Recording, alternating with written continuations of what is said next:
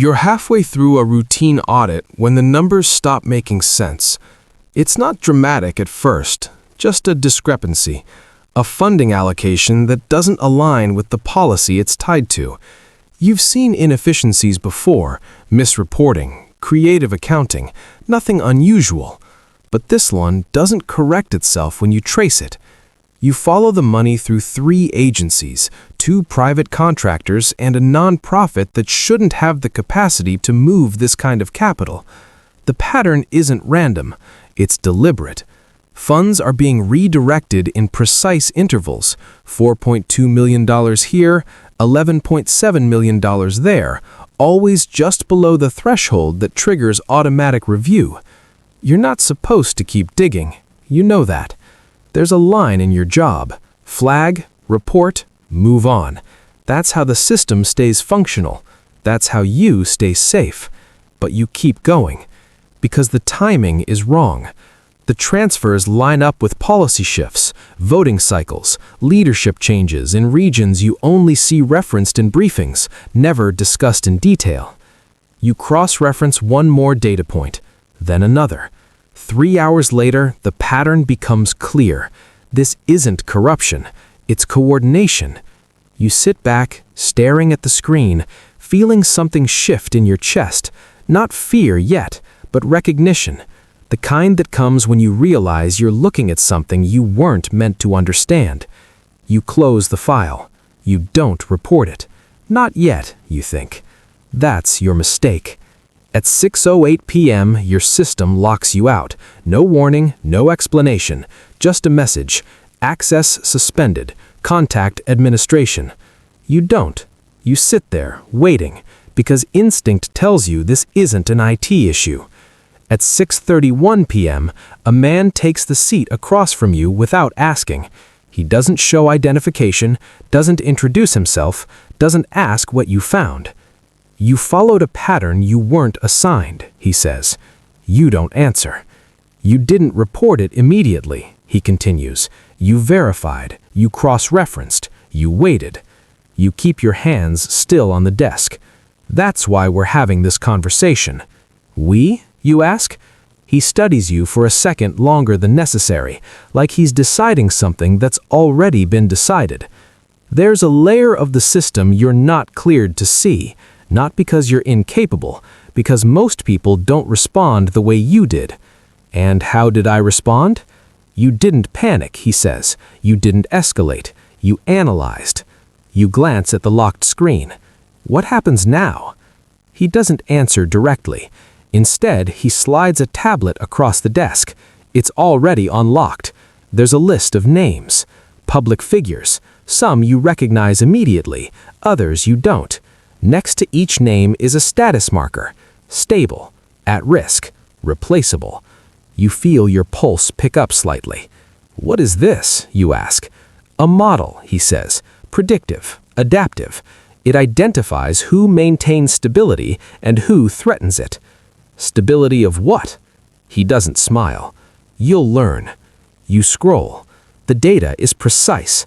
Polling shifts, financial backing, media sentiment, internal loyalty metrics you didn't know could be quantified. You've been watching this, you say, for years. And the money? He says supports the model, adjusts outcomes when necessary. You look back at him. Adjusts how? He leans forward slightly. That depends on what the model predicts. You understand before he finishes. Policy pressure, economic leverage, information exposure. And when those fail, something else. You put the tablet down. I'm not qualified for this, you say.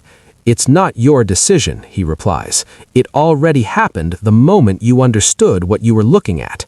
Silence stretches between you. You think about your job, your life, the quiet predictability of staying within boundaries. Then you think about the list, about the fact that someone is already making these decisions. The only difference now is whether you're outside it or inside it. What happens if I walk away, you ask. He doesn't hesitate. You go back to your desk tomorrow. Your access is restored. This conversation never happened. And the next time you see something like this, you ignore it. And if I don't? He says, then you help manage it. You already know which answer matters. Define manage. He says you don't choose leaders. You ensure the right ones remain viable. You mitigate threats. You maintain balance. And if the balance requires, you pause, removal, he finishes, then you make that decision. You sit with that. It's not framed as power. It's framed as responsibility. That makes it harder to refuse. What's the first step, you ask? He stands. You're already on it. You learn quickly that the system isn't about control. It's about pressure. No one is directly installed. No one is openly removed. Everything happens through influence. Financial, political, social, applied at the right time in the right direction. Your role is to interpret the model. It ingests everything. Public data, private intelligence, economic signals, behavioral trends. It assigns probabilities, risk factors, outcome projections. At first, you just observe. You compare predictions to real-world outcomes. You learn where the model is accurate, where it isn't. You start to see patterns before they fully form. Then you're asked to intervene. A regional leader shows signs of instability, approval ratings dropping, internal opposition growing. The model flags them as at risk. You're given options. Increase financial support through indirect channels, shift media narratives, apply external pressure through policy changes. You don't choose randomly. You analyze the variables, the likely responses, the secondary effects. You make a decision. 2 weeks later, the leader stabilizes. Public sentiment shifts. Opposition fragments. The risk drops. The model updates. You feel something subtle but irreversible settle in.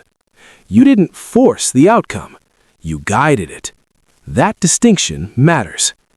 At least at first. By the end of the first year, you stop thinking in individual cases. You think in systems. Each leader is a node. Each decision creates ripples across multiple regions, multiple sectors. You don't just evaluate one outcome, you evaluate the network. You learn the unwritten rules. Replacement is guaranteed. You follow those rules because breaking them creates chaos, and chaos is the one thing the system is designed to prevent. You start seeing the cost. A leader you've stabilized implements policies that harm thousands, but the alternative would have destabilized an entire region. You justify it. The system doesn't measure morality. It measures stability. You align yourself with that, because the moment you don't, you become unpredictable, and unpredictable elements are flagged. By year 3, you're no longer executing decisions. You're shaping the model. You adjust weighting factors. You refine how influence is applied. You determine thresholds for intervention. You're not just responding to the system, you're defining it. That's when the first real test comes. 2 candidates in a major election. One stable, predictable, maintains existing structures. The other volatile, popular, likely to disrupt the system in ways that can't be controlled. The model flags the second as a high-risk variable. The recommendation is clear: suppress viability. You hesitate, not because you disagree with the assessment, because you understand the implications. This isn't stabilizing a leader. This is preventing one from rising. You analyze every angle: media influence, funding shifts, strategic leaks.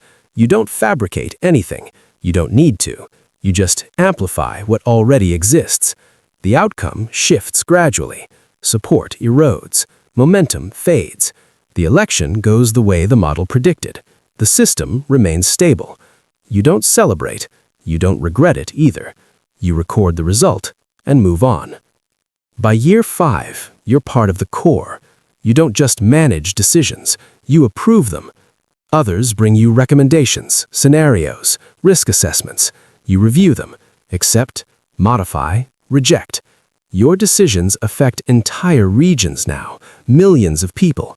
You stop thinking about them individually, not because you don't care, because you can't. The scale makes it impossible. You focus on outcomes, stability metrics, economic continuity, conflict probability. You measure success in absence. No wars, no collapses, no systemic failures. That's the goal. That's always the goal. You start noticing something else. The system depends on you. Not entirely, but enough. Your interpretations, your adjustments, your judgment, they shape outcomes. That's power, but it's also exposure, because if you can shape the system, so can someone else. The first anomaly is small. A decision that doesn't align with the model's recommendation. You assume it's an error. Then it happens again. And again. Not random. Patterned.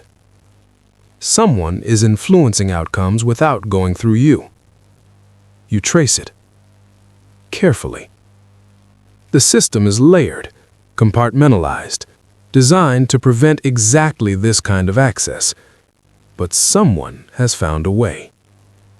You narrow it down to a set of interventions that bypass standard approval. Subtle. Hard to detect unless you know where to look. You bring it up internally. The response is controlled. We're aware, they say. That's all. No explanation. No directive. You understand what that means. This isn't an external breach. It's internal. Someone at your level or above. You adjust your approach. You start monitoring not just outcomes, but decision origins. You map influence paths. You identify deviations. And slowly, a profile emerges. Not a person, a pattern of thinking, similar to yours. Analytical, patient, willing to act indirectly.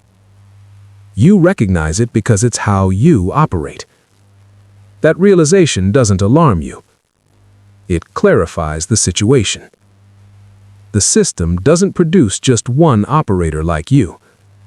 It produces multiple. Redundancy, competition, balance.